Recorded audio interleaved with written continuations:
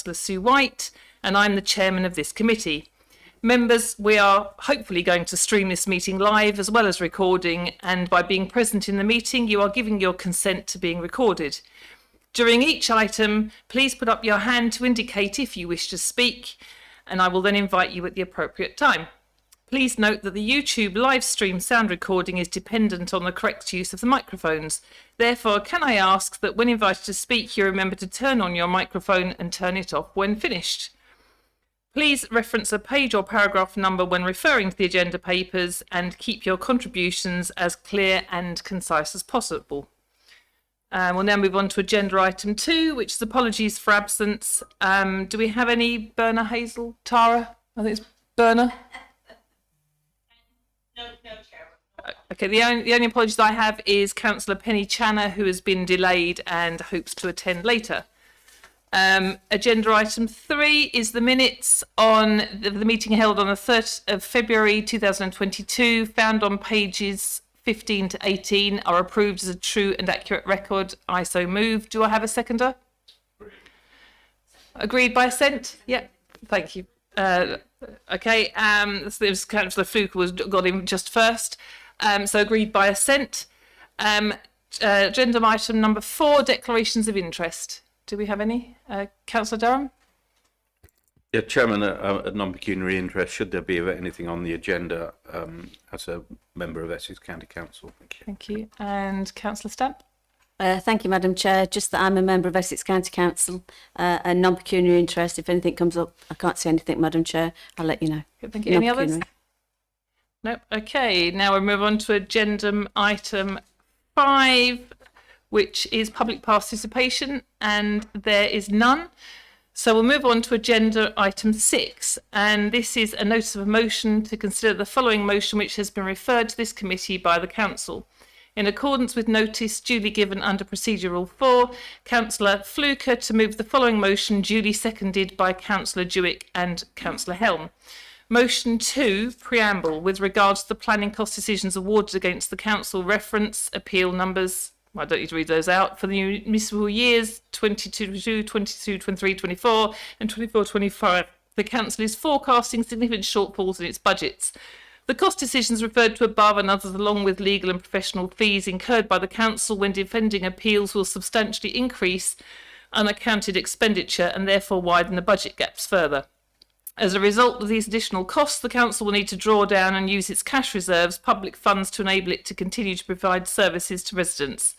The motion to council, with regards to fiscal, proprietary, public interest and value to customers, the Director of Resources in his role under Section 151 Local Government Act 1972 brings forward an autumn budget for consideration by council. Do I have any questions? Councillor Fluker? Microphone as well. I thought I had the opportunity to speak. You do indeed. Because obviously it's not being dealt with by council, so we can of course debate this. But before I do, Chairman, can I extend my congratulations to you on your elevation to the chairman of this committee? Thank you, Councillor Fluker. I know you well from chairing other committees, and I know that you're very keen to get the business done properly, quickly and with all integrity. So I'll be quick. Chairman, I think it's important for all of us to recognise the extraordinary financial pressures the council is under. Even though we received substantial grants from the government, we've still had to bear costs and loss of income because of the pandemic. However, additional extraordinary costs have now been incurred outside of the current budget envelope and more are likely to follow. As we all know, inflation is running at its highest level for 20 plus years, and energy and fuel costs are set to increase substantially over the next 6 months. Specific unbudgeted costs, for example, costs award against the council and its own costs in relation to planning bills are currently running at more than £250,000, £250,000. That is money, public money, that's going to have to be taken out of the reserves to satisfy the cost appeal decision. The proposed overhaul of the planning service is also likely to have massive cost implications on the council, and I look forward to seeing the Director of Service Delivery's report in due course. And this evening, Chairman, we're also considering even more unbudgeted costs. I mean, I've looked through the agenda tonight, and you can pick them up. All of this, Chairman, is against a backdrop of the council forecasting unprecedented budget deficits in the coming years. I mean, it is frightening where this council is currently going. I mean, Mr. Leslie brought forward a brilliant report to council at the budget meeting, and he certainly didn't shy away from explaining what the situation really is. With the figures involved and the likely massive impact on our cash reserves, the council, in my mind, must act now to protect its cash assets, not only for the benefit of residents and taxpayers, but also for us to enable the bringing forward of income-generating corporate projects. Now, Chairman, I know most of those are discussed under the cover of confidentiality, but members that are involved will understand what some of those costs are. All of these projects are loaded up front. We'll need a huge amount of money to prime them before we even get close to receiving any income back. With the figures in the past, Chairman, we have relied on underspends to balance our accounts, but given the fiscal position of the council and the pressure it faces, this sort of, I'm sure Mr. Leslie's heard me use this expression, this sort of hope accountancy no longer has a place, because even with an underspend, I believe it's going to get used up anyway. Acting now, Chairman, will ensure the new administration beginning in May 2023 is given the best chance of succeeding. And Chairman, we owe it to the next administration to ensure that we leave them in a strong position. We've all heard that thing where the government changed and there was a piece of paper left in the Treasury, there's no money left. I'm not saying there won't be any money left in May, but we need to give them the best possible opportunity. And I know that some of you here tonight may be part of the council in 11 months' time, and I think it's important, Chairman, that we do that. As far as residents and taxpayers are concerned, tonight's vote is really about, if not, why not? Because I think every household in the district is looking at their personal budgets at the moment to see how they're going to break even, how they're going to put food on the table at the end of the month, how they're going to pay their bills. That said, Chairman, I hope the committee members will recognise the benefit of not dealing with additional costs on a piecemeal basis, and that they support my motion that the 151 officer brings together both the cost pressures and the predicted additional costs in one document and presents that as an autumn budget. To do otherwise, Chairman, would be remiss of us as the custodians of public funds, and we mustn't lose sight of the fact that we are the custodians of this money on behalf of the residents and businesses of this district. Chairman, the motion is in the agenda. I know that everybody's read it, you've put it, so I propose, Chairman, that I move my motion. Thank you. Do I have a seconder for that?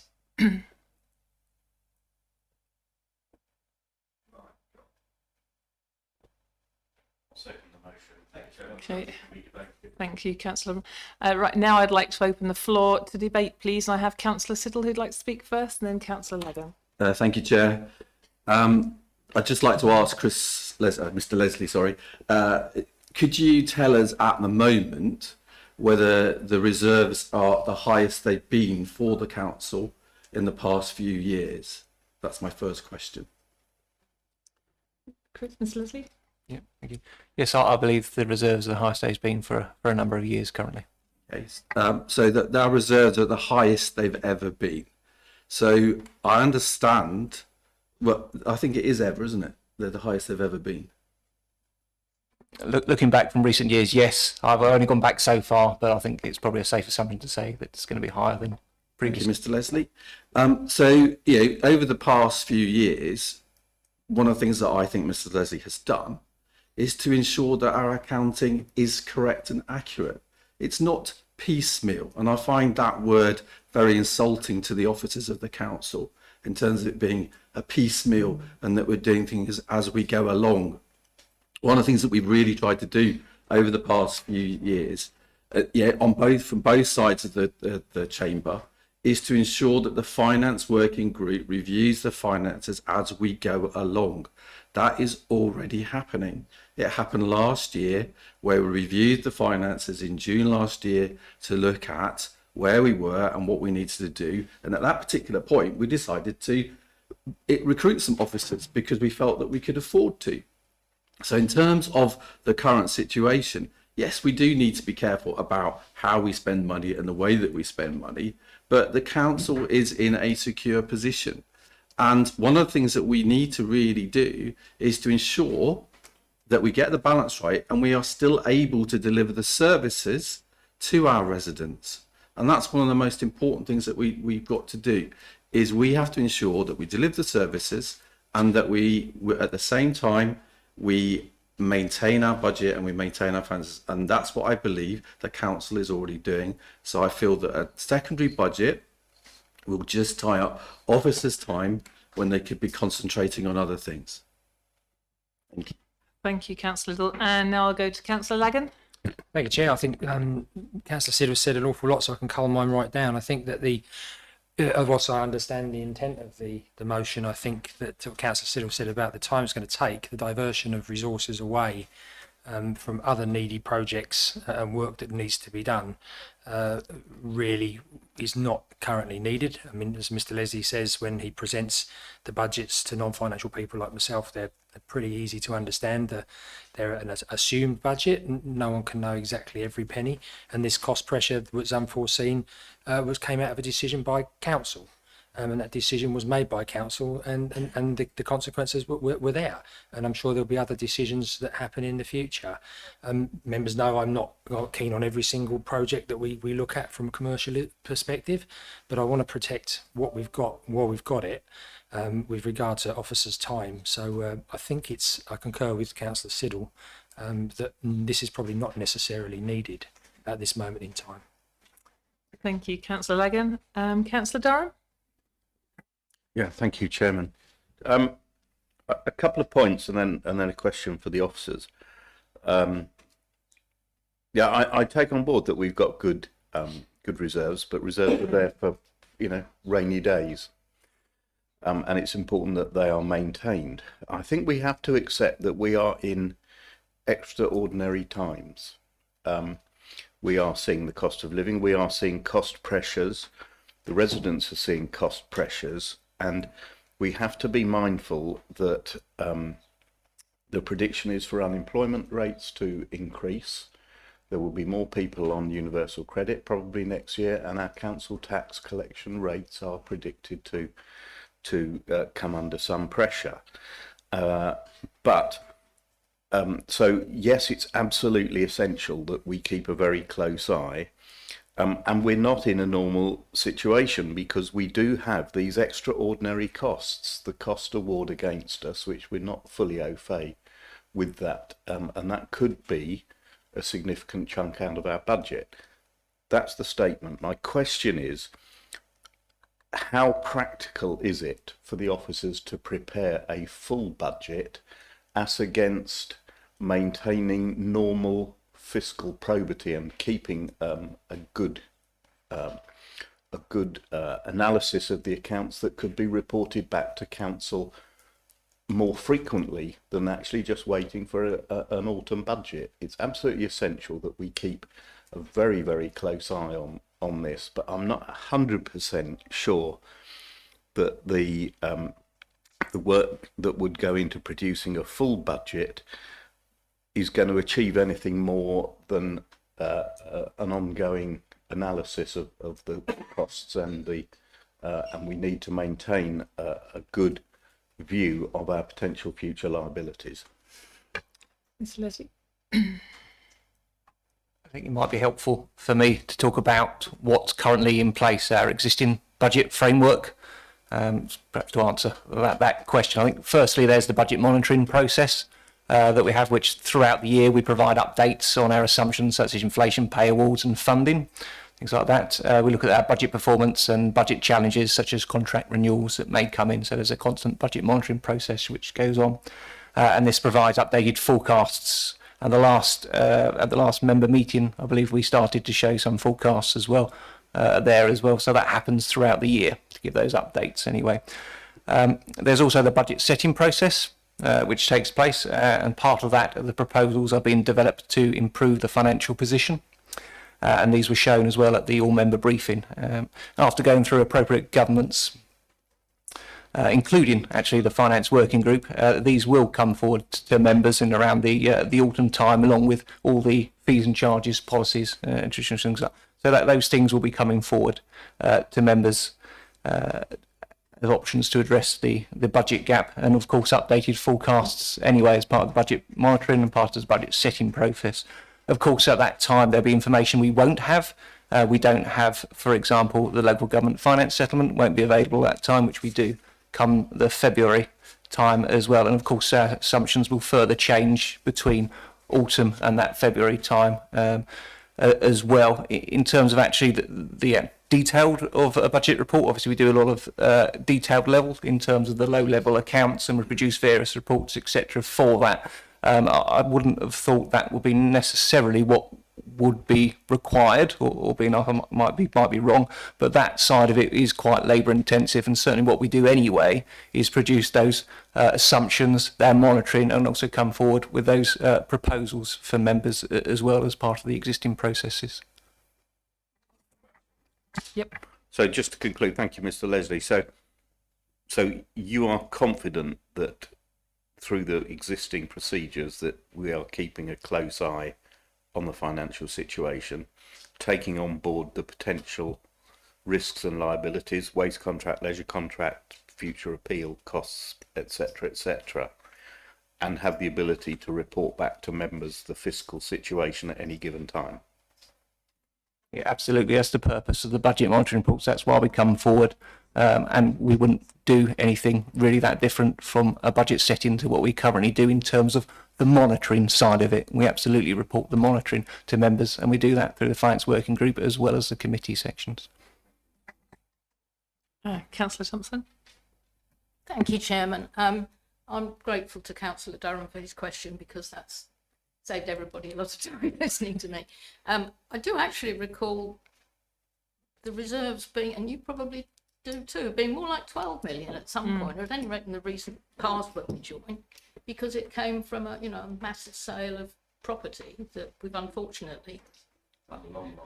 It is a long time ago, but it was a huge reserve that came almost a windfall that we'd never managed to build up in the other way. So, in the great scheme of things, they're lower than they have been.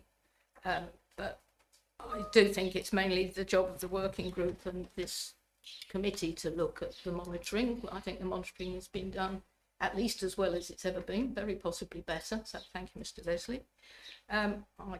I can see that it would be very labour intensive to produce a full budget. We've managed to take on some extra staff for the accounting department, but that's because we needed it. We don't have extra resource there just to give them things to do. So, should it become necessary, then yes, but at the moment I can't support it. I think we should carry on as we are. The working group works hard, this committee works hard, leaders well on top of this, assisted by me when I can.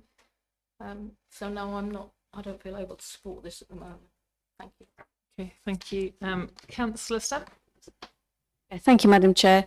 I'm totally in agreement with actually Councillor Siddle. The finance working group, I can't remember if I'm on it, I don't think I am this time, but when I was on it, I think Councillor Siddle was the chairman, and I think it was very well run. The questions were posed, there was tight and new procedures introduced. Mr. Leslie always answered the questions, and we were quite grilling when we was asking him questions. I mean, I can remember Councillor Siddle and I having a massive disagreement because I wanted to increase some staff, and he wouldn't let me do it when he was chair of S&R.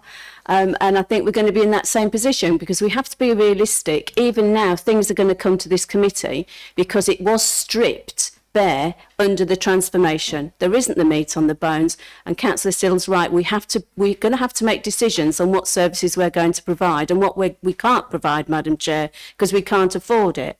But we can't keep putting stress and pressures what members feel should be put on members of staff, who are still on the recovery from the burnout from COVID and all the pressures that have been put on them. And I think, while I totally agree in some degree to Councillor Fluker what he said, and I think it would be prudent, I don't think it's necessary at the time, and I'm sorry, but I won't be supporting that motion. Thank you, Madam Chair.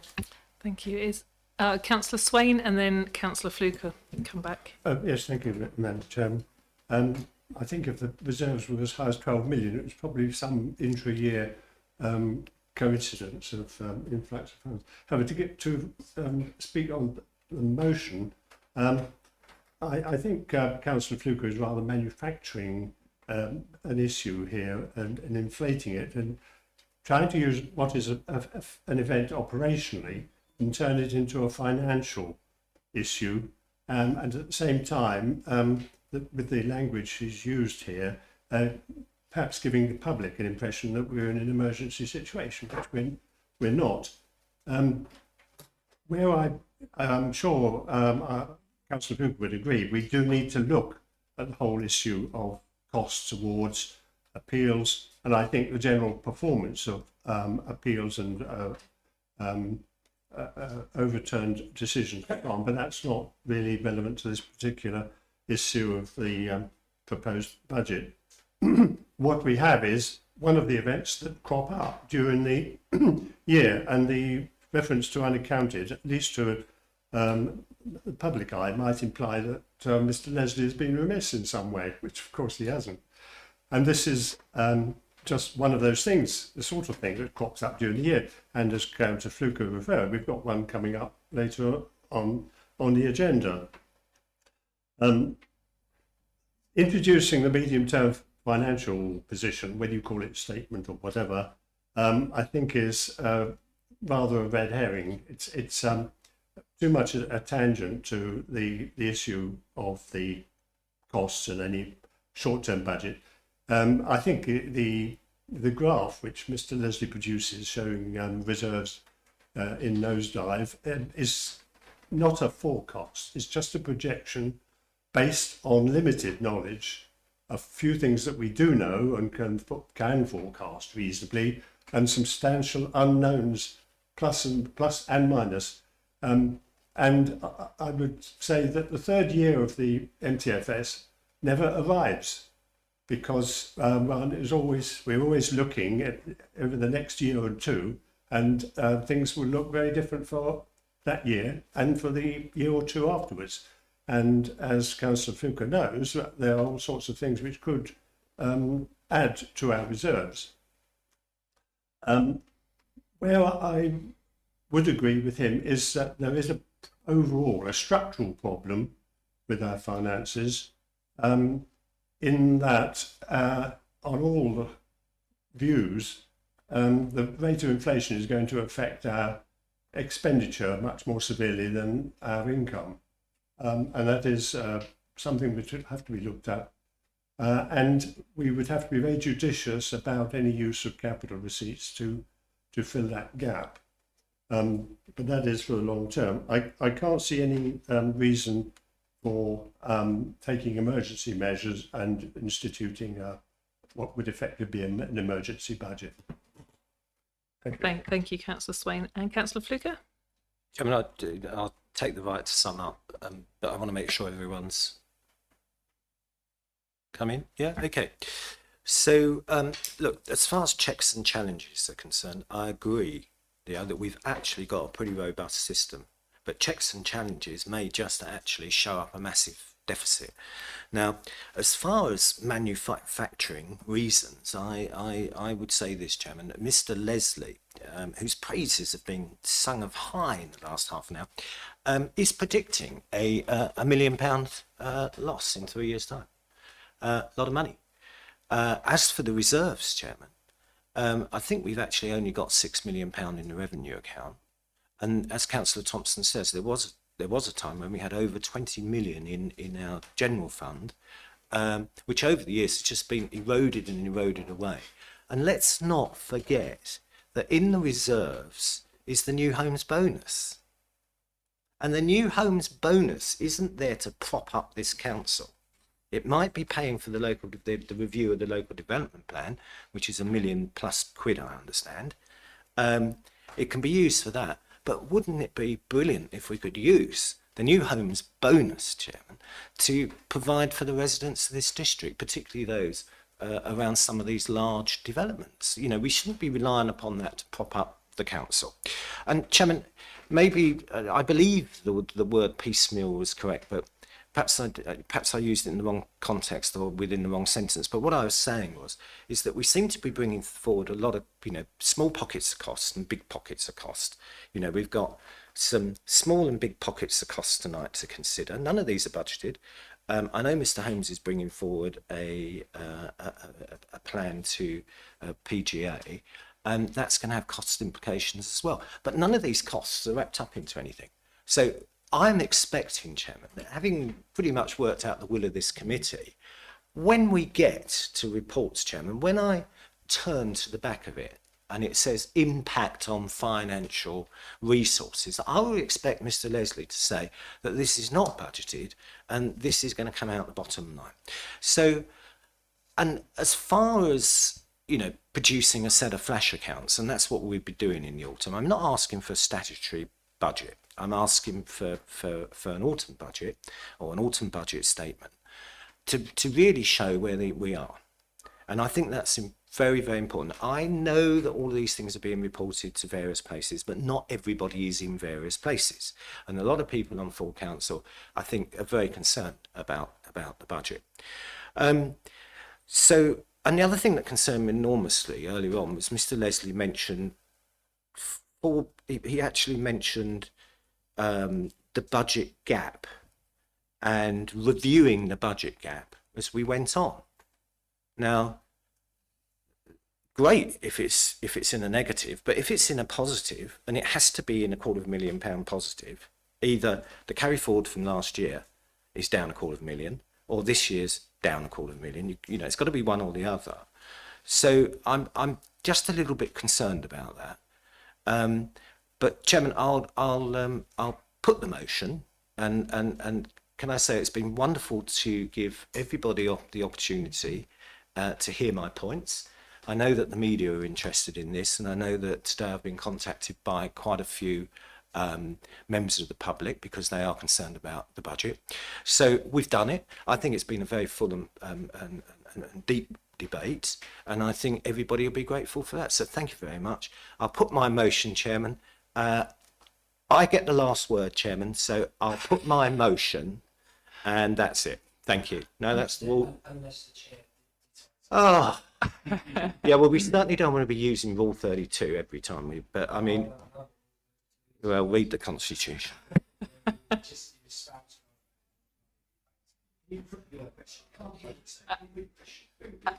Actually, I will indulge Councillor Leggan to Thank you for the ask his question, and then we'll go back it's to more of an motion. observation than a question, and it's not actually a criticism. So I hope you can hear that.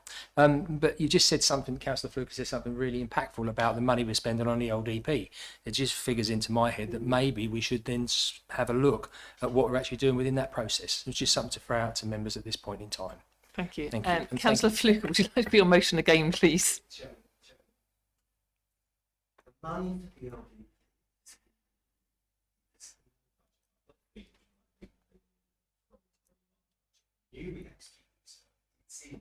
It's not a figure taken. We don't know if it's sufficient. We know there's a lot of fixed term contracts. I don't know how that's No. but yeah, I'm trying. So, Chairman, the motion is we further members.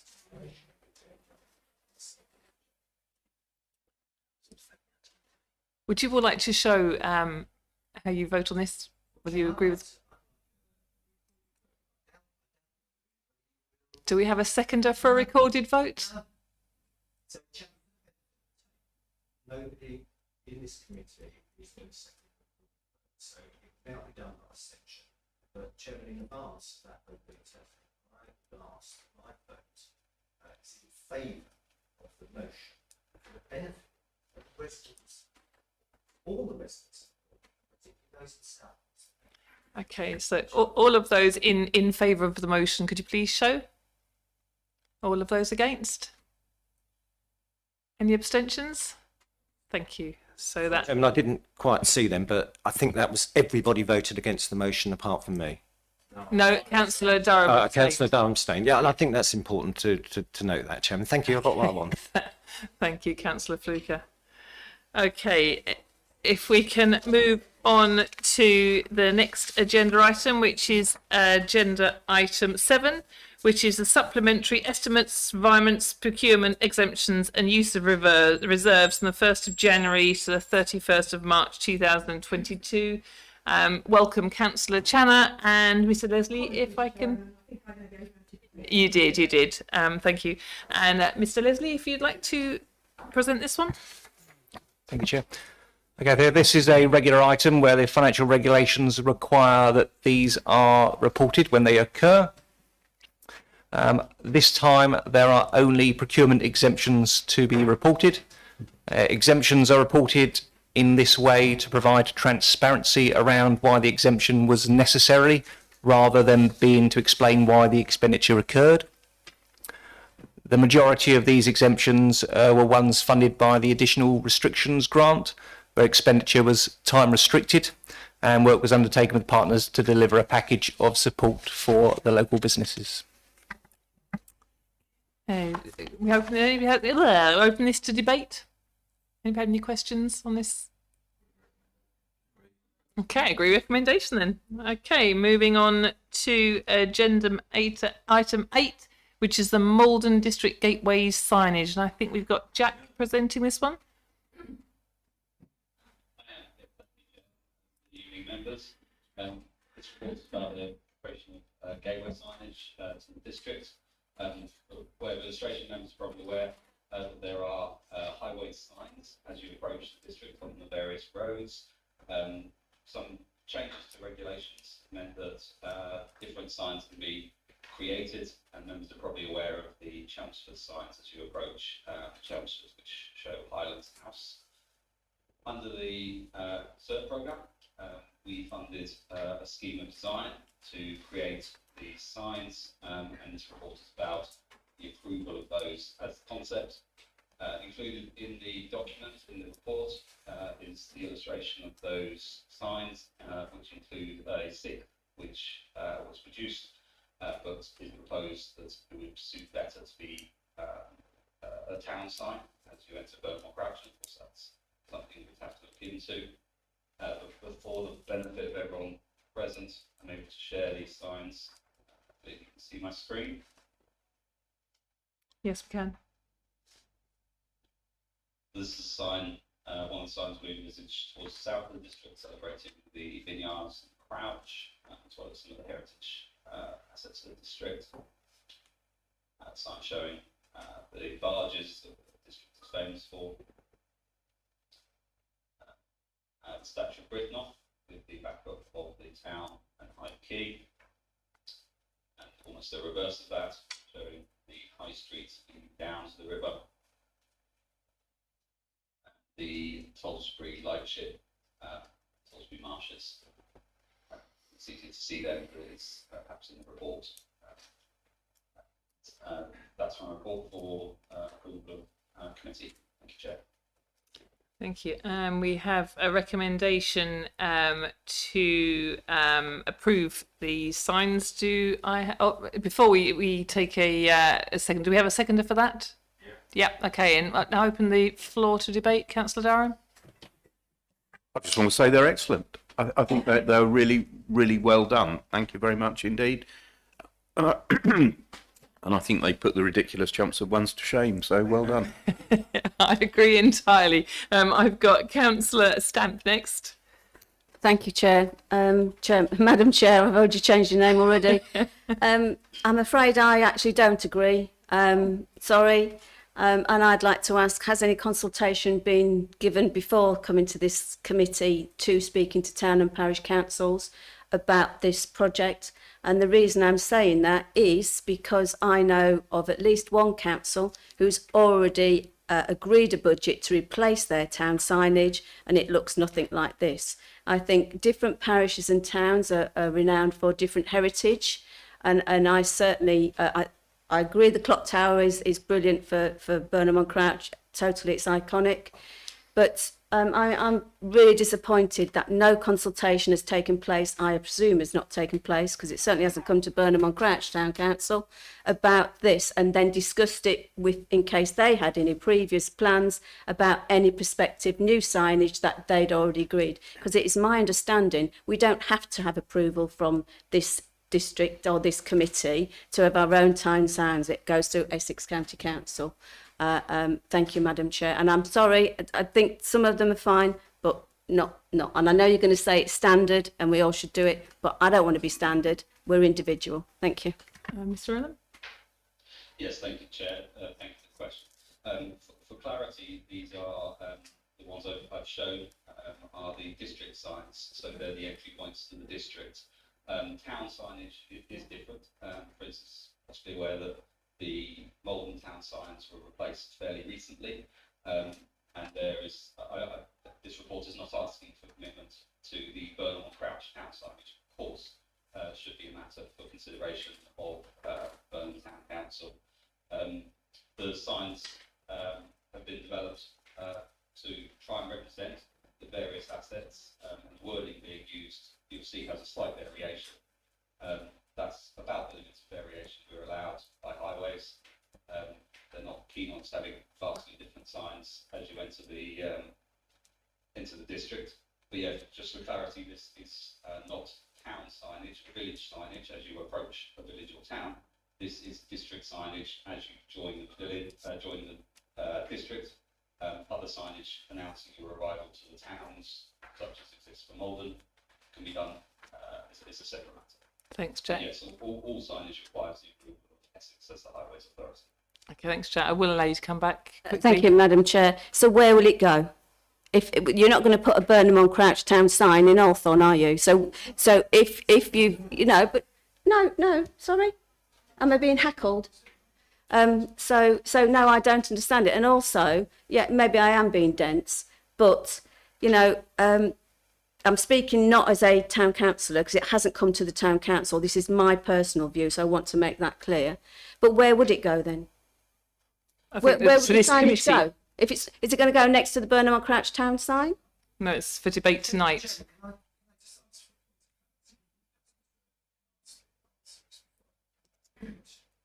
Why is Burnham on Crouch in this report?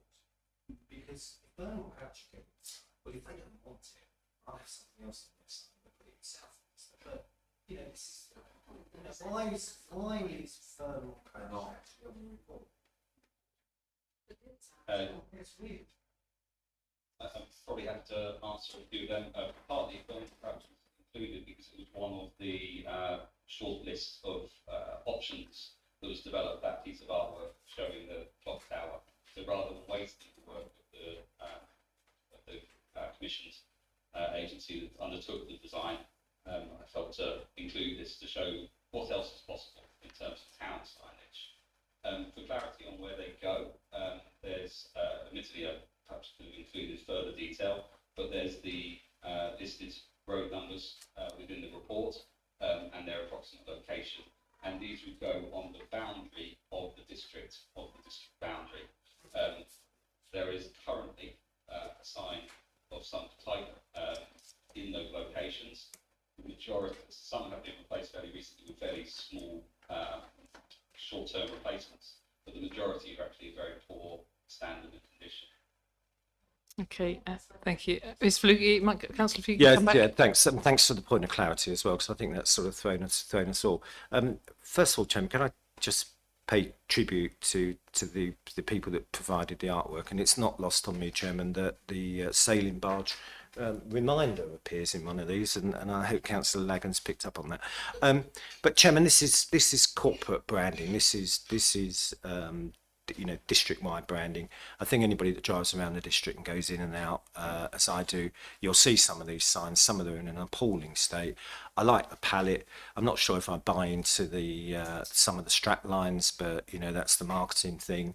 I think it would be nice, Chairman, that cometh the time, if parish and town councils were given the opportunity to buy into this scheme at their cost. I think that would be good, because I think Southminster certainly would like a new sign. And my other point is, Chairman, is Mr. Ellen mentioned the agency fees.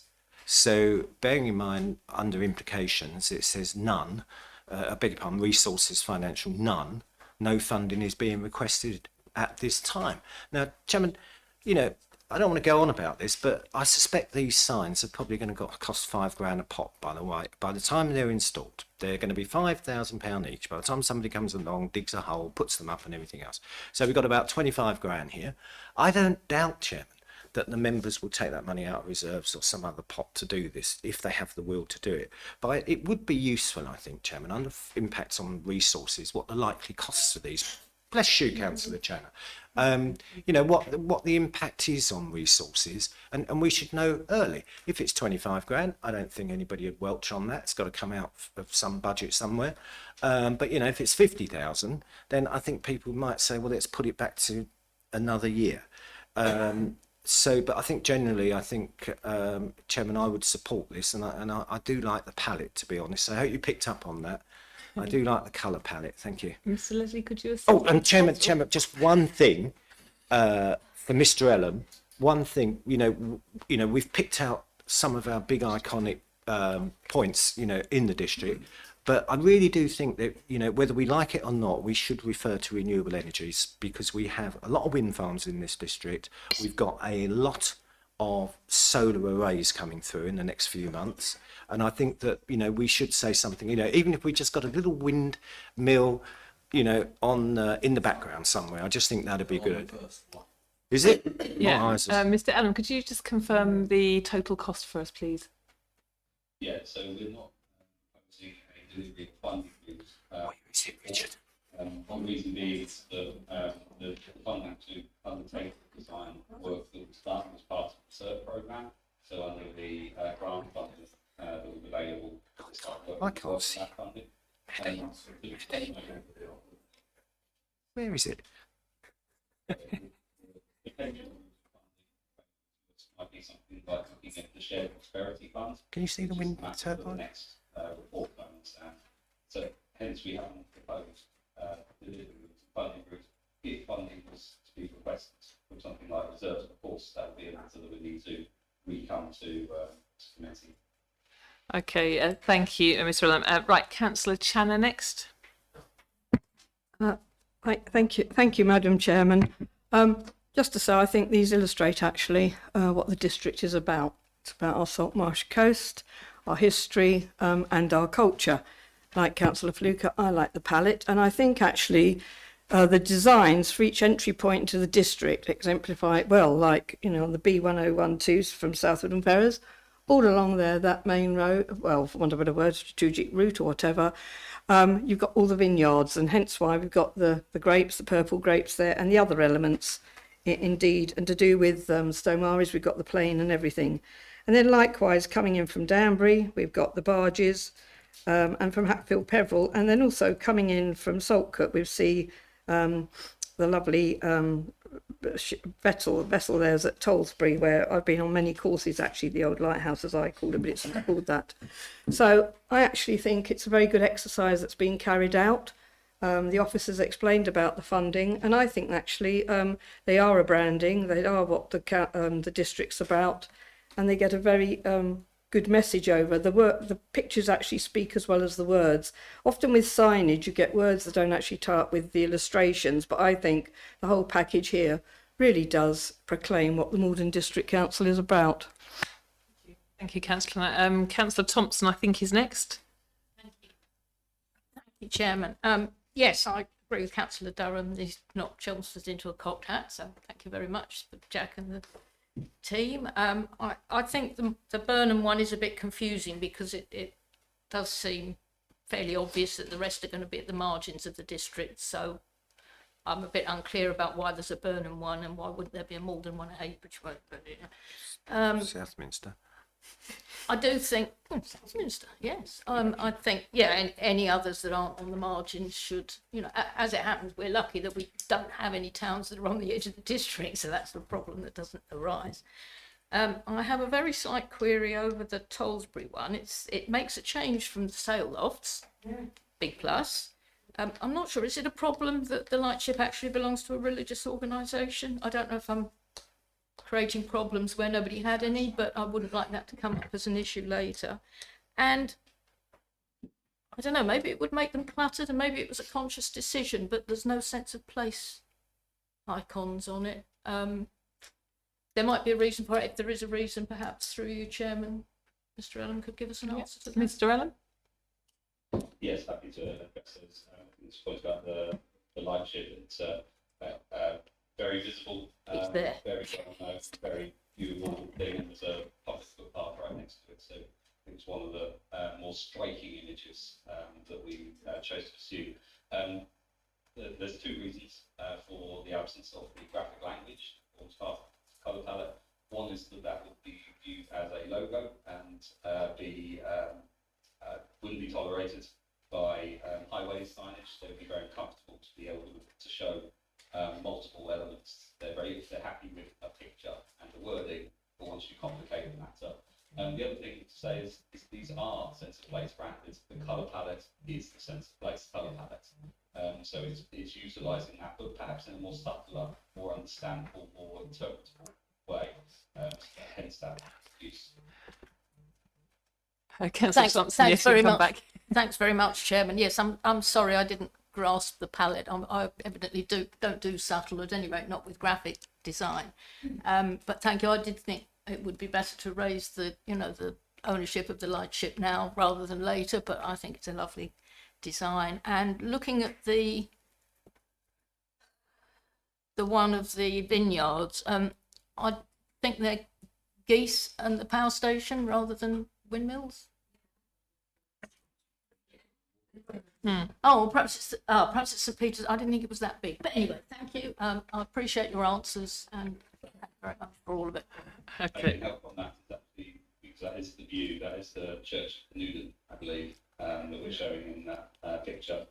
We did at one point have windmills on that picture, but from that vista there are no windmills, wind turbines to the south of the river. And this is, of course, the view looking from the north towards the south.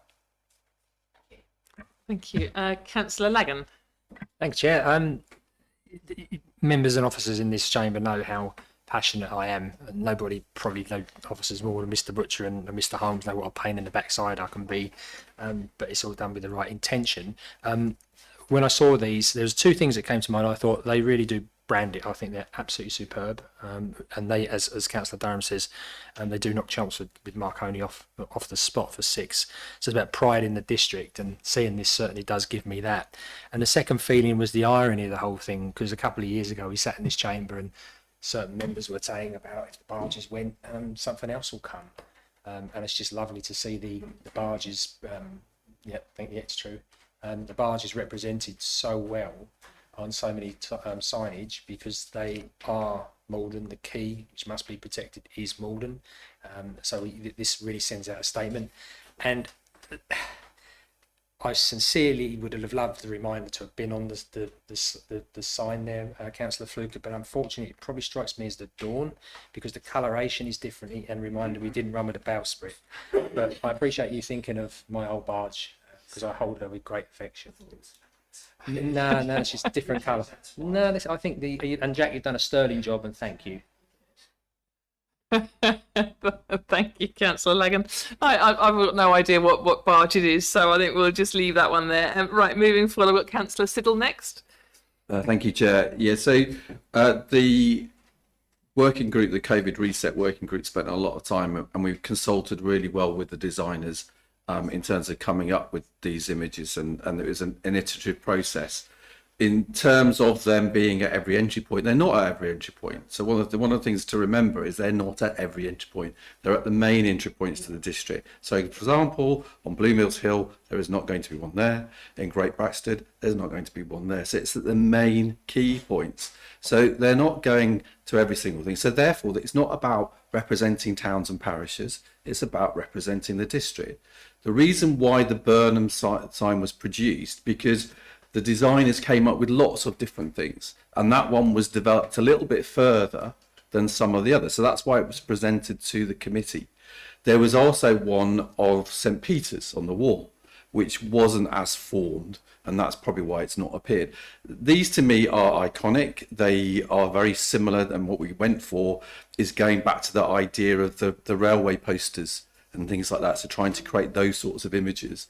And you can see these being sold on postcards, and being created as postcards, because they are such an iconic representation of the district. And I think it will really enhance and really be of a benefit to the district in terms of saying this is Maldon. And that's the crucial thing. These signs are all about saying this is Maldon, or the Maldon district rather. Thank you. Right, I've got Councillor Durham next.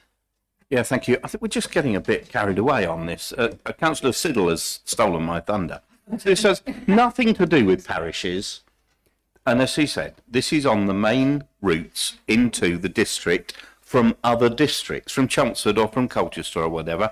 I'm in Woodham Walter, which is also a border village. There isn't going to be one on Spring Elms Lane or Bassett's Lane, where there is actually a sign saying you're entering Maldon district. So, you know, for goodness sake, and we don't need the Burnham one. Very nice picture of Burnham. If Burnham want to put one there, they can pay us and have it. But this is on the key element, the key entry routes from another district into the Maldon district. Not Maldon town, not Southminster, not Burnham, Maldon district from another district. And absolutely, that's how they should be. And they are iconic images, and there's nothing more to be said. We're just overthinking it. Okay. So we've got the recommendation. We're happy to. Oh, sorry, Councillor Swain. I must apologise. Can we just come in very late with one? I agree that the question of the town signs for Burnham should be left as a separate issue. 2 points on the signs. One is about the size of them.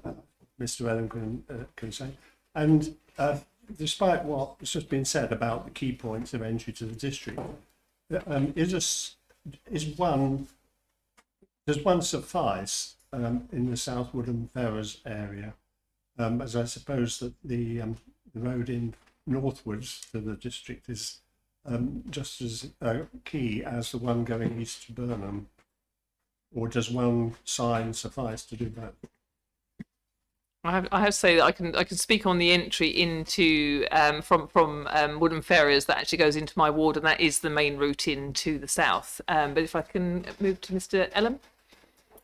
Yeah, so on the signs, that will be partly in negotiation with highways, and that's defined by the available verge that's there.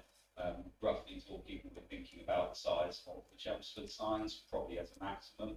And it, as I said, depends on a number of things, but particularly the size of the verge, the distance away from the road itself that you can place the sign, the speed of the road, and a few other things.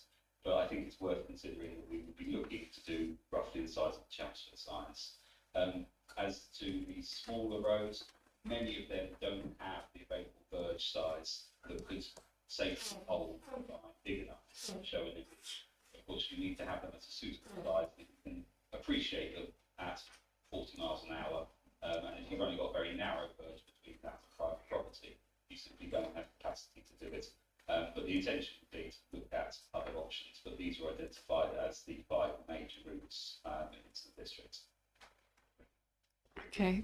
So we're happy to agree the recommendation by assent. Agreed. Okay, you're welcome. Okay, moving on. Thank you, Jack. Moving on to agenda item 9, which is the UK Shared Prosperity and Levelling Up Funding Opportunities, which is, I think it's Leander Cable who's presenting this one. Thank you, Chair, and good evening, members. The report has been designed to provide an update on the opportunities represented by the Government's UK Shared Prosperity Fund and the Levelling Up Funds. Firstly, the UK Shared Prosperity Fund is part of the Government's Levelling Up agenda, which will provide £2.6 billion worth of new funding.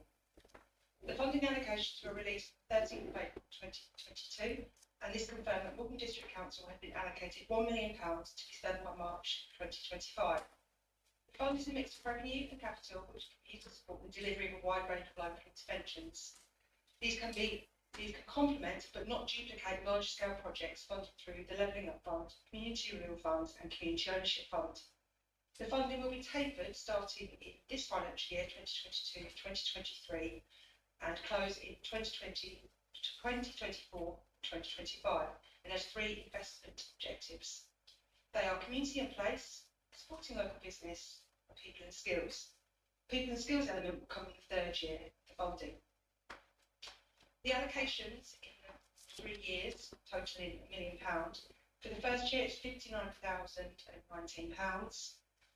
Second year is £180,038, and in the latter year, which will receive the majority of the money, is £822,942. Maldon District Council, as a legal local authority, will be responsible for developing and submitting our investment plan between the 30th of June and the 1st of August this year. £20,000 is available for us to take initial preparatory work for the fund, including developing the investment plan. This £20,000 in addition to the allocation we will receive, but will only be paid back once our investment plan has been signed off, meaning that we'll need to recover the initial expenditure. A further report will be brought to the future committee outlining the proposals to manage, administer and monitor the fund. The Levelling Up Fund will focus on investment projects that require up to £20 million worth of funding. There is no minimum bid level. Round 1 was opened in March 2021 and 305 bids were received by government, including one from Maldon District Council, which was in relation to the design and consenting costs for Stanwood Relief Road.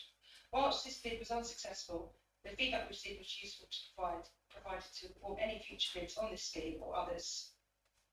Round 2 of the Levelling Up Fund was announced in the 2022 Spring Statement, and it focuses on capital investment in infrastructure. It's really important to note that Maldon District Council was moved from Category 2 in the Index of Priority Places to the higher priority Category 1. The government has confirmed that this is one of the exceptional changes to the index of round 2, and as a result, one or more of the following: updated data sets using 2-year averages from some data, taking into account COVID-19 impacts, and in some parts of the country, accounting for local government reorganisation. The Levelling Up Round 2 Fund will fund projects up to the end of 2024-2025 and has the same 3 investment themes as round 1: transport, regeneration of town centres, culture. Applicants to this fund must submit their full bids with supporting documentation by midday on Wednesday the 6th of July, and future rounds have not been confirmed. In order to support the preparation and submission of high priority bids, and as a new priority Category 1 area, Maldon District Council will receive £125,000 of capacity funding. Officers met with civil servants representing DLUC, the Department of Levelling Up, Homes and Communities, and the Department of Business, Energy and Industrial Strategy. We made it clear that any place receiving capacity funding would be expected to submit a bid. Work is now underway to determine the most appropriate way to resource a bid with capacity funding up to the required REMIC standard. The submission of a bid will be based on delivering cultural elements. The Central Area Master Plan focused on the waterfront, primarily at Hyde Quay. Options are of course also being considered and reviewed for Burnmore Parish, taking into account the local need, the importance of maritime heritage to the area, and the assets already in place. Thank you, Chair. Thank you. And this report is for noting, but I'm happy to open up the floor for any debates if anybody would like to raise anything. Councillor Siddle? Yeah, thank you, Chair. This again shows how invaluable some of our new officers are to this council in terms of being able to put some of these bids together. Unfortunately, we don't have enough resources in this area. And that's one of the problems from the transformation 3 years ago. Again, this council is lacking in resources due to those cuts in terms of business and in terms of working with our community. And it's only Leander, who's been here since last year, that has been enabling us to get some of these grants. We need to ensure that resources like this are maintained in this council so we are able to put these grants, put these bids together, because we are on such a short timescale. Thank you. Thank you. Councillor Thompson? I'll pass. Okay, I've got Councillor Stamp, Councillor Channer, then Councillor Swain. Thank you, Madam Chair. I don't know if Leander can help or anybody else, how are we actually looking, or have we got the money to look at supporting maybe Essex on this DigiGo stuff? Because we're on about transport, and especially the rural areas where I am, and Southmit's even more remote than where I am. But, you know, something, we need more green transport. Is that what we're looking at? Could we apply for anything like that? Or is that too big a task that we as a district council cannot even attempt to tackle? And I am, before you respond, Leander, agree with Councillor Siddle, actually. And you have been worth your weight in gold. And if it wasn't for certain people coming in and we didn't have external funding, none of this would change, and we wouldn't change, and we wouldn't grow organically. We would just sit there and fester. So I agree twice in one night, Councillor Siddle. I'm sure it won't happen again. But no, thank you very much. Thank you, Chair. Okay, thank you. Councillor Channer. She didn't answer. Sorry. Sorry, No yeah. answer. I got carried away with the praise and forgot you asked a question. That's something we can, that's a council initiative, and certainly something we can pick up with them. When we spoke to the civil servants, they made it very clear that the ministers and the MPs have been disappointed by the lack of cultural funds and funding bids that they've received. They've been overwhelmed with town centre redevelopment and lastly infrastructure bids. Therefore, we thought it would be our best opportunity in gaining some funds to look at what cultural elements within the district we could support with significant capital investment. Okay, Councillor Channer. Thank you very much, Madam Chairman. I think it's really good news within the report, which I was aware of anyway, that we've moved up to level 1 from level 2, because I see that as a great benefit. And I wondered if we have any inclination of why that has occurred. I'm glad that government have actually woken up and seen that that's where Maldon should be. And then to say regarding I heard about Leander. I wouldn't want Jack Ellen to be forgotten, because I'm sure he's ever grateful that Leander arrived, because I'm very much aware of he was trying to juggle a multitude of issues to do with economic development and jobs, sense of place and everything else. But of course, Leander coming, we're really moving forwards at greater pace, and I think it's now got a very good team working together. I think they work well together, and it's certainly delivering results for the council. So regarding how many in these sort of funds and putting it together, Leander, I know you're obviously being the main piece there, but how many have you got supporting you, really, just to know? And it's going to be obviously elements coming from across the council, but can we just perhaps have an indication, really, of the support that's going to be available in knocking this all up together? Thank you. So we're working with the strategic team leads and various officers across the council, but we're also looking at, with the capacity funding, to buy in consultancy services in order to support us to bring the bid up to the government's green book standard, and also to, as the fundings are inherently linked as a part of the levelling up one paper, to support our investment plan, the UK Share Prosperity Fund, and we've got a competitive quotation out for the services to support us at the moment. Yeah, Councillor Channer. Can I just come back on that, just make a point? You've mentioned consultants coming in. I have to say, something on this, I think probably that's a very good plan, and nothing against offers in the past. I'm very well aware of a bid where we did a very good bid, but perhaps had we had a consult, I know this isn't on the sort of same level of what we're talking about now, but had we had perhaps a consultant assisting, then we may have had the success there. And that's nothing against officers, but sometimes the consultants know this speak that you put into these various things. So thank you, and I'm glad you're going to get the support that you need. Thank you. Okay, thank you. Councillor Swain, I've got next. Thank you, Madam Chairman. Yes, I assume that we're basically talking about projects being put forward by the council, although or outside bodies as well. I certainly hope there are projects put forward by the council. As far as this increase in our priority status, I would guess actually from looking at the change that has taken place is it's probably due to poor connectivity, and therefore anything that improves connectivity in transport may be a candidate. There are one or two other areas, and the lack of cultural projects was mentioned.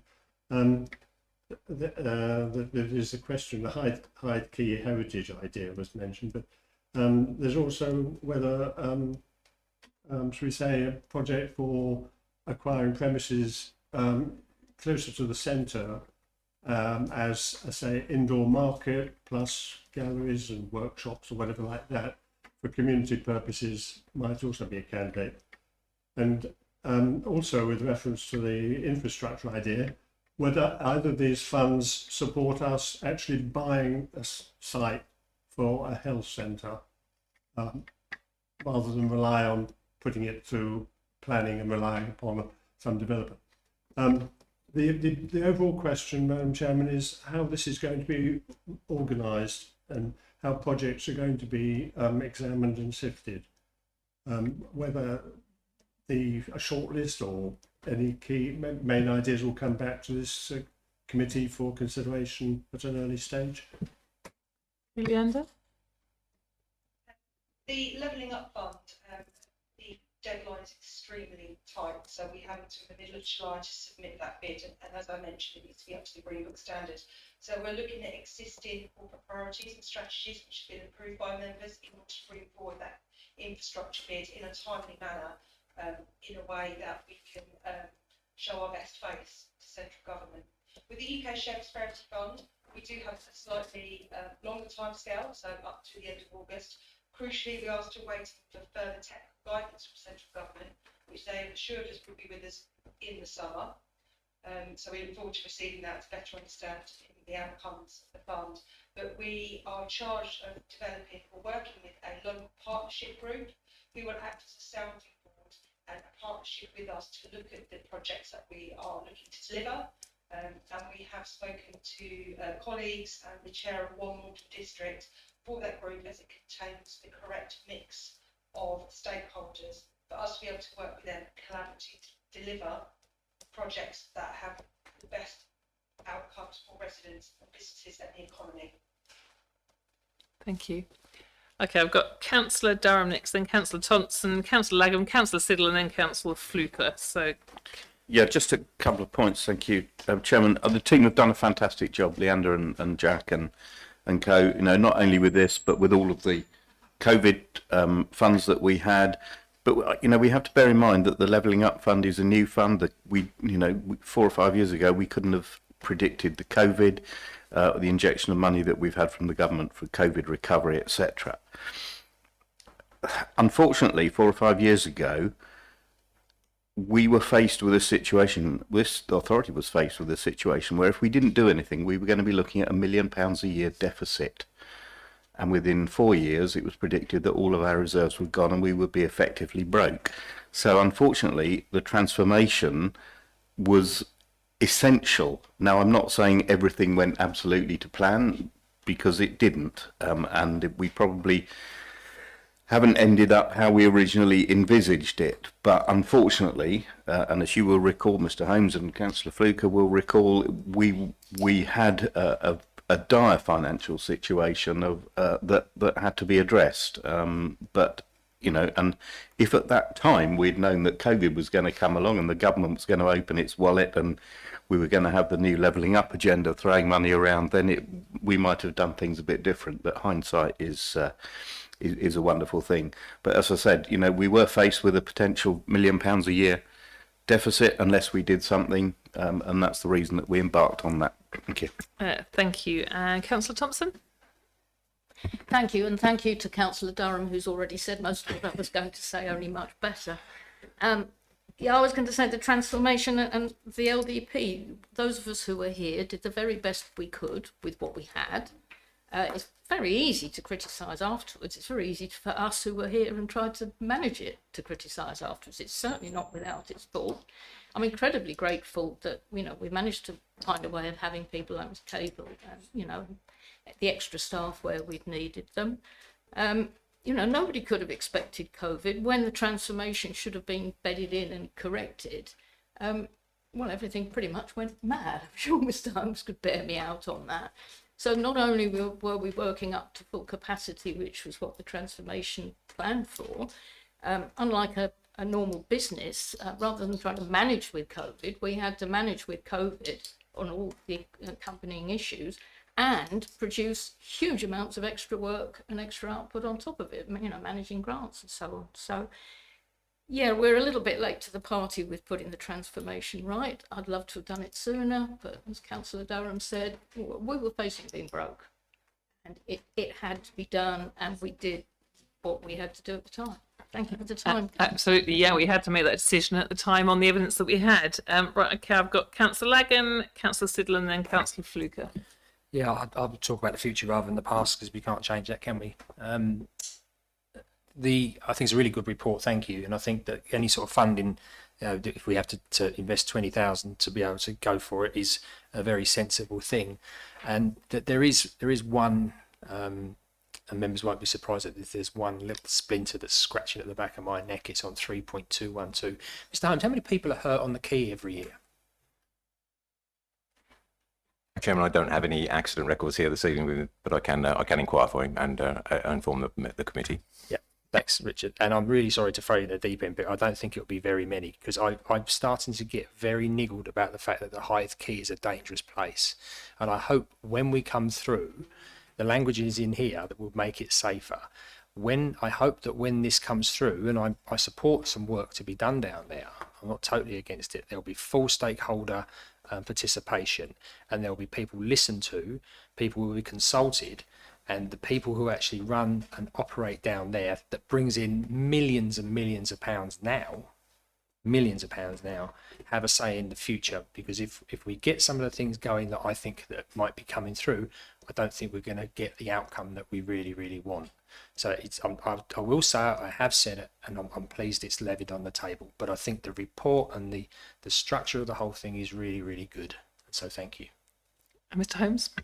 Chairman, I think I now understand the context of the question. In terms of improvements and improving safety, it's about reducing the risk and potential. There is a conflict between pedestrians and vehicle movements on the quay area itself, so any plans that we're looking at would help to reduce any potential conflict and future risk. I just come back as a chartered member of IOSH. I feel justified in coming back. This will be the last time, Richard, I'll say that. And obviously, when you look at risk appetite, you need to look at what the number of hazards and reports are against the number of footfall to get the practicability of that. So if it's very, very small, then I don't want to spend 50, 60, 70, 100,000. I'd rather do the buildings up, get them out, and look at other things so that we can keep it going. So I understand where you're coming from, and I know you understand where I'm coming from. So thank you for your comments. Yeah, Mr. Holmes will look into it, and you know, we do have to be mindful about safety with the pedestrians and the traffic. Right, okay, Councillor Siddle next. Thank you, Chair.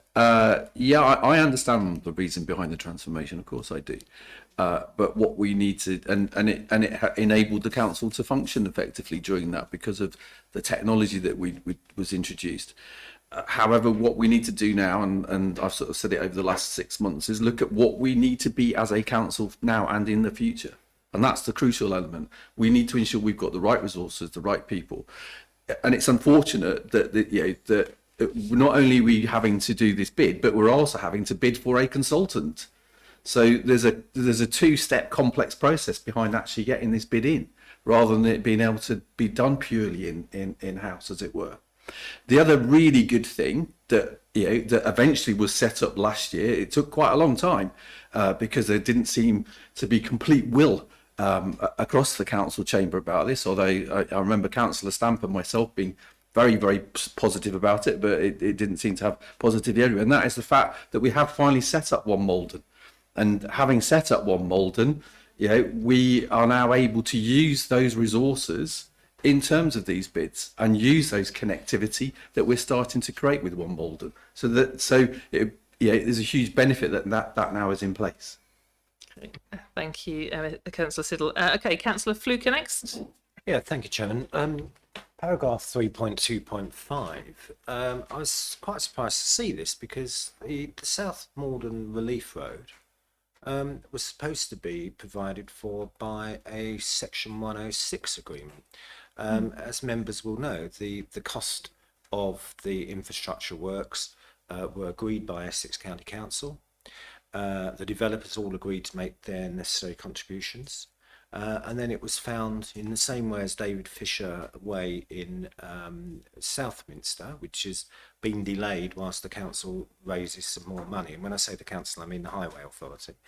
Chairman, I'd ask, Chairman, that one of the officers write to the Highways Authority and ask them when they are going to deliver this, because this is going to be critical, not only for the development, but for the other developments, which I know are confidential, which are coming close by. So I really would like to hear from Essex Highways Authority, the actual Highways Authority, because I've spoken to them several times, and I've spoken to the member for Highways, the cabinet member for Highways, and you know their feeling is, well, they don't have the money, we've got to wait for April, then it's the following April. So I really would like to know when this is going to be delivered, Chairman. Thank you. Yeah, thank you, Councillor. I think Mr. Holmes, could you help assist on this one?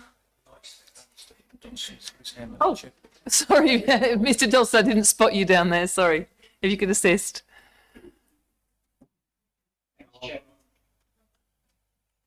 Yes, there's been significant work undertaken over the last year, really, with Essex Highways around the Section 106 funding for the South Maldon Relief Road.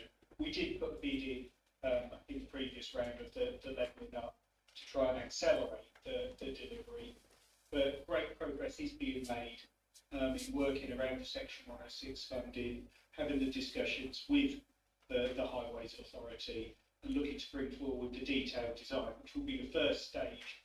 Technically, whilst we bid for the funding in the last round, we need the detailed design stage, which is going to be funded through Section 106 to be complete before we could attract any further external funding.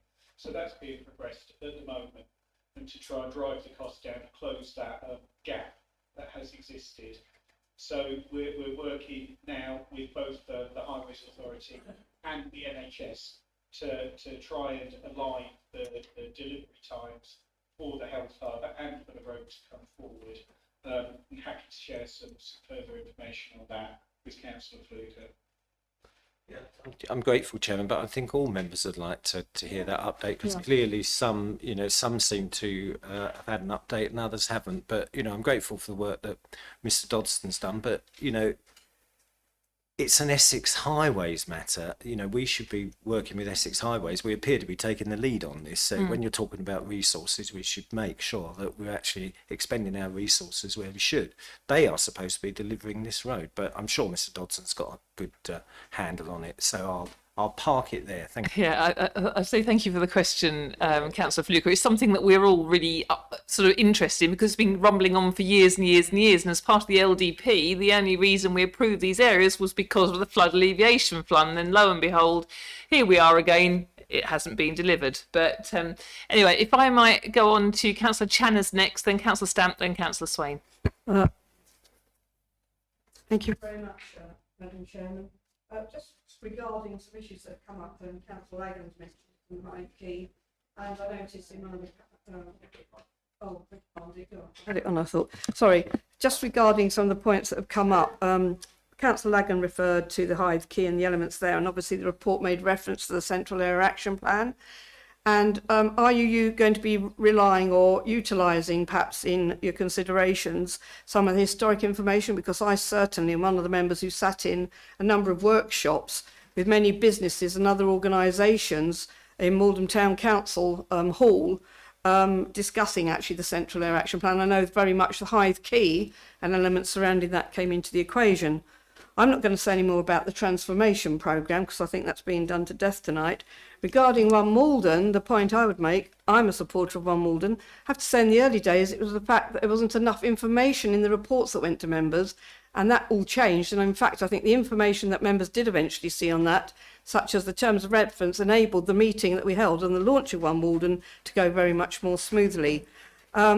Regarding the point of the relief road, and Mr. Dodson's now mentioned it as Councillor Fluker's question, if any member's going to get any information as a result of a question placed in this committee, Madam Chairman, I feel quite strongly that all members should receive that same information, so all members of the committee.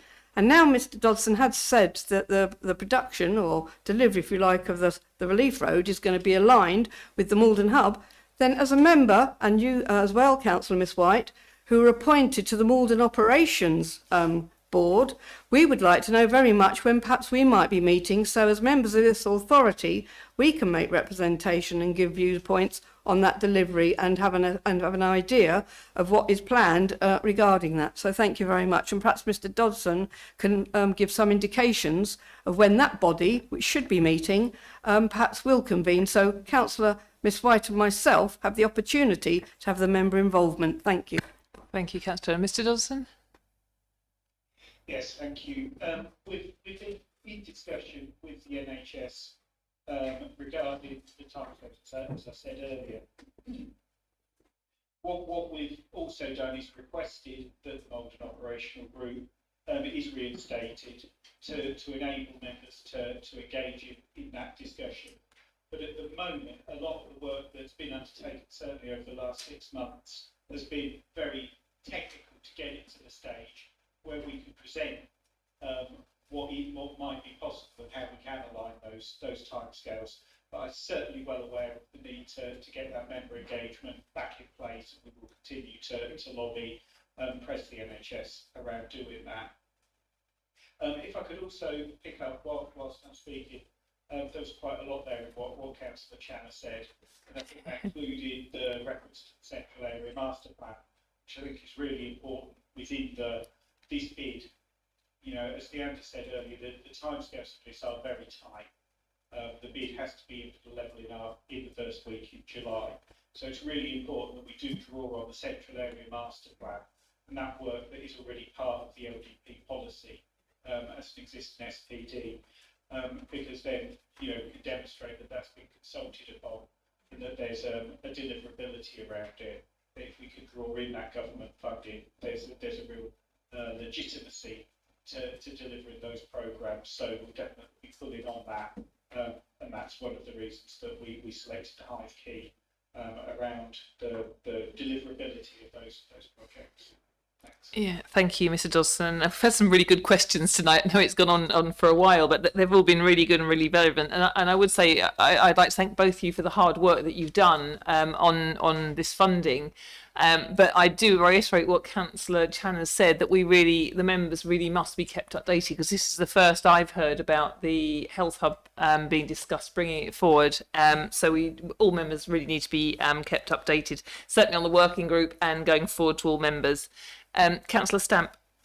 Chairman, Madam Chair, I'll be brief. Councillor Fluker raised that very valid point at PG&A at the last committee meeting, didn't you, Councillor Fluker, about the relief road? And you actually asked for a member of Essex County Council Highways, have you forgotten, to come to that actual meeting. So is it going to come to this committee or is it going to go to PG&A? Mr Dodson may be able to help us on that, but I'm sure I sat in a meeting with you and Councillor Boyce were sitting over here, I was sitting over there, and you raised the very point. So just for clarification, where is it the report going to go to? Thank you. Mr Dodson. I believe it was to be an invite to Essex Highways themselves to come rather than a report itself. So it was a presentation that was requested. They have been invited, but I think we're unavailable for the next meeting. But I know that Mr Onslow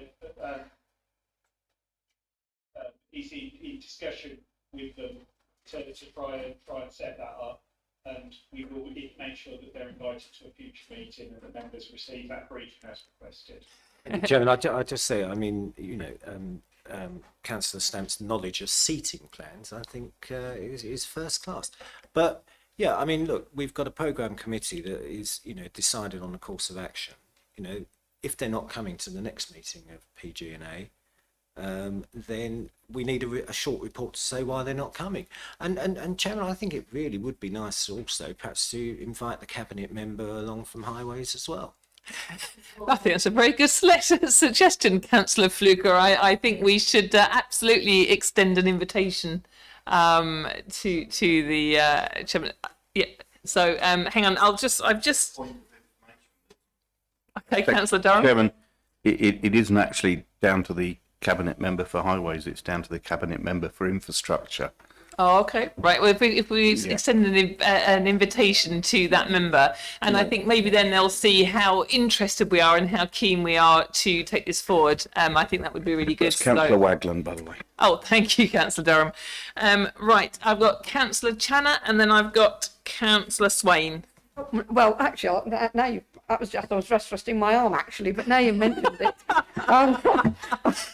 No, I'll take advantage. I'll take advantage of it now. But if it is going to PGA, then actually I think a notification should go out to all members, because I think you might find a full house coming into that meeting. Absolutely, I think that I absolutely agree, because everybody is keen to see this progress. I certainly am. And thank you, Councillors Fluker and Channer, for bringing this up. Right, Councillor Swain. Thank you, Madam Chairman. Notwithstanding everything that has recently been said about the Maldon Operational Group and South Maldon Relief Road and whether highways are actually doing anything, can I put the question, ask for an answer to the question that I did put initially, whether purchase of land for a site for a hub would be would qualify under either of the funding schemes that we've been talking about? Yeah, I think it might be too late to put it in now, but I'll go for it. Is that Leander? Can you help assist with that one? Paul, would you first come? I'm happy to pick that one. Yes, thanks.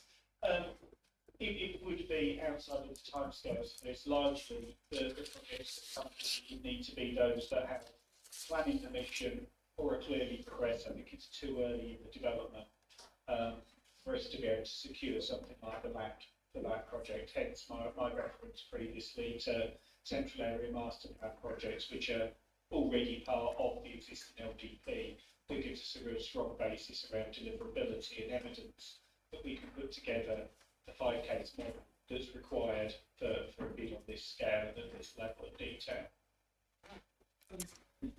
Yes, I take what Mr. Dodson has said, but the question was really whether in principle such an idea would qualify, if not for this round, then perhaps for the next round.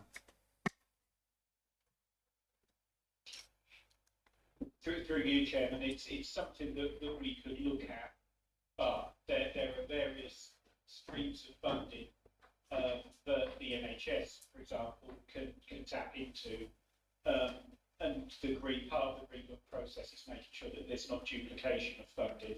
So it'd be quite a complex process to look into, but one that we could look into whether there was an opportunity to do that, should there be a third round. Thank you.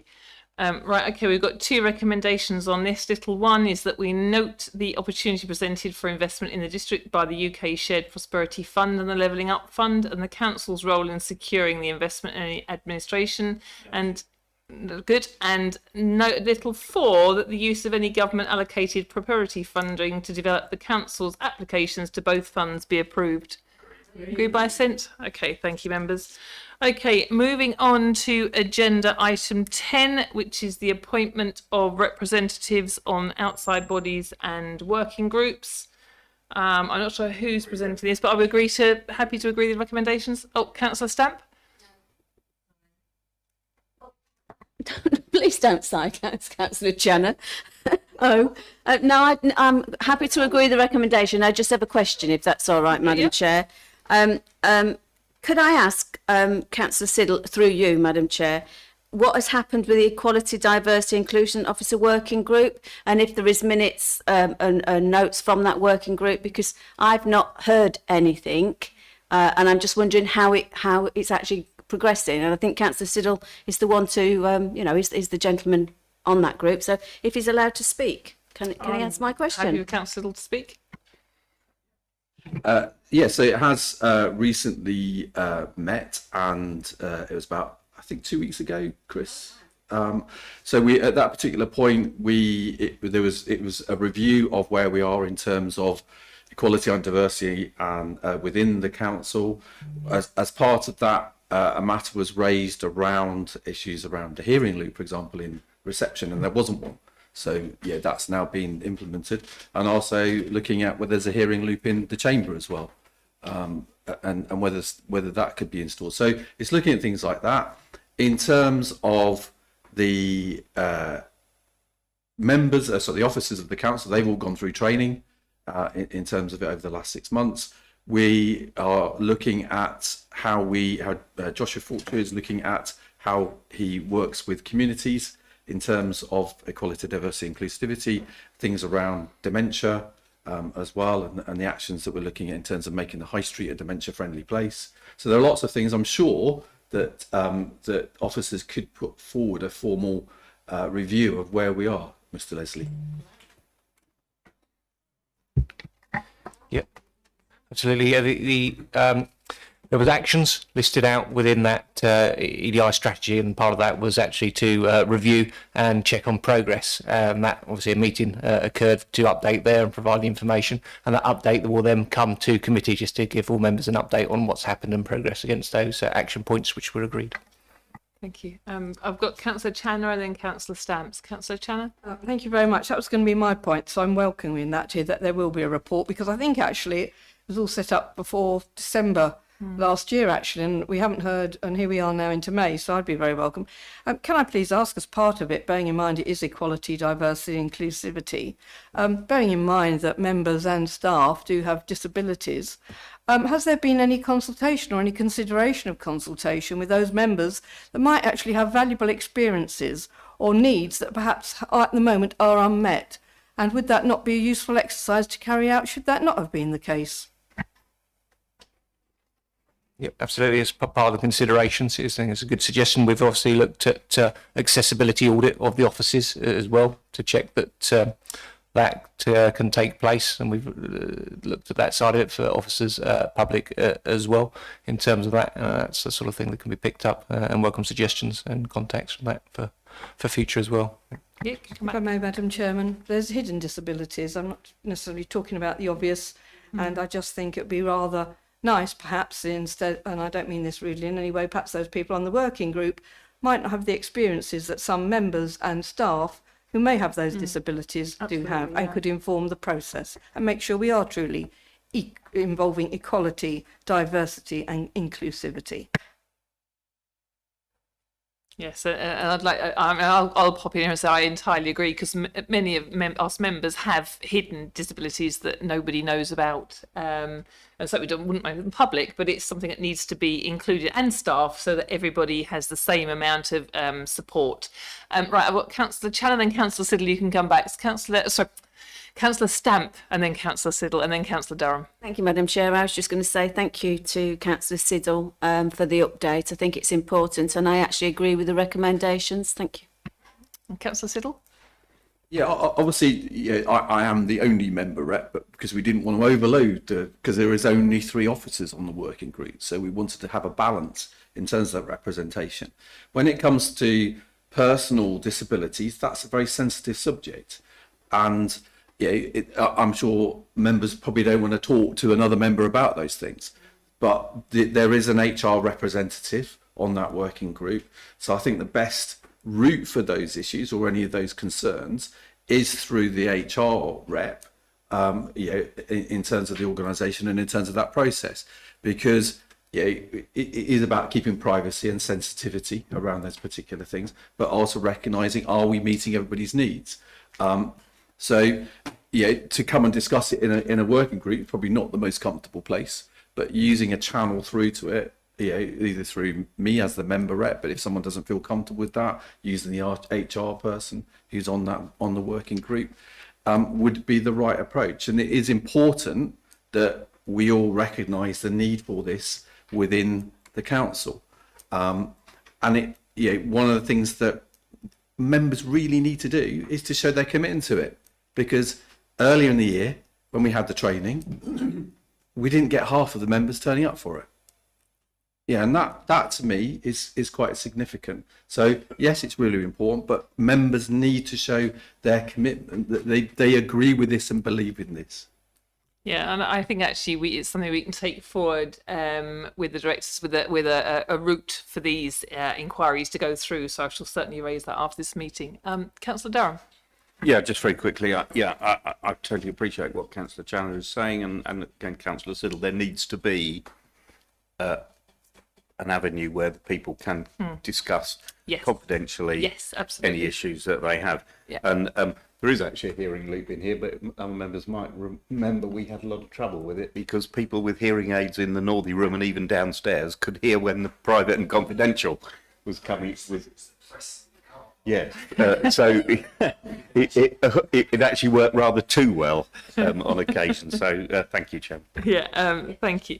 Right, so now we've had the debate. Do we all agree the recommendation en masse? Thank you. Oh, Councillor Swain, just quickly, I will indulge you. The representation as in 3.1. Yeah. Yes, yes. But it's been agreed now, so yes. Thank you. Okay, right. Agenda item 11. Any other items of business that the chairman of the committee decides are urgent? You'll be pleased to know there are none.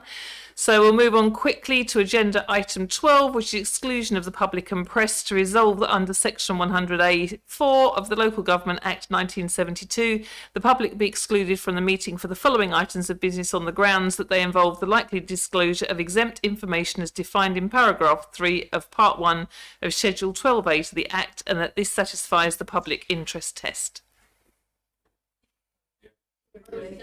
Yeah, probably, yeah, pros and seconded, yeah.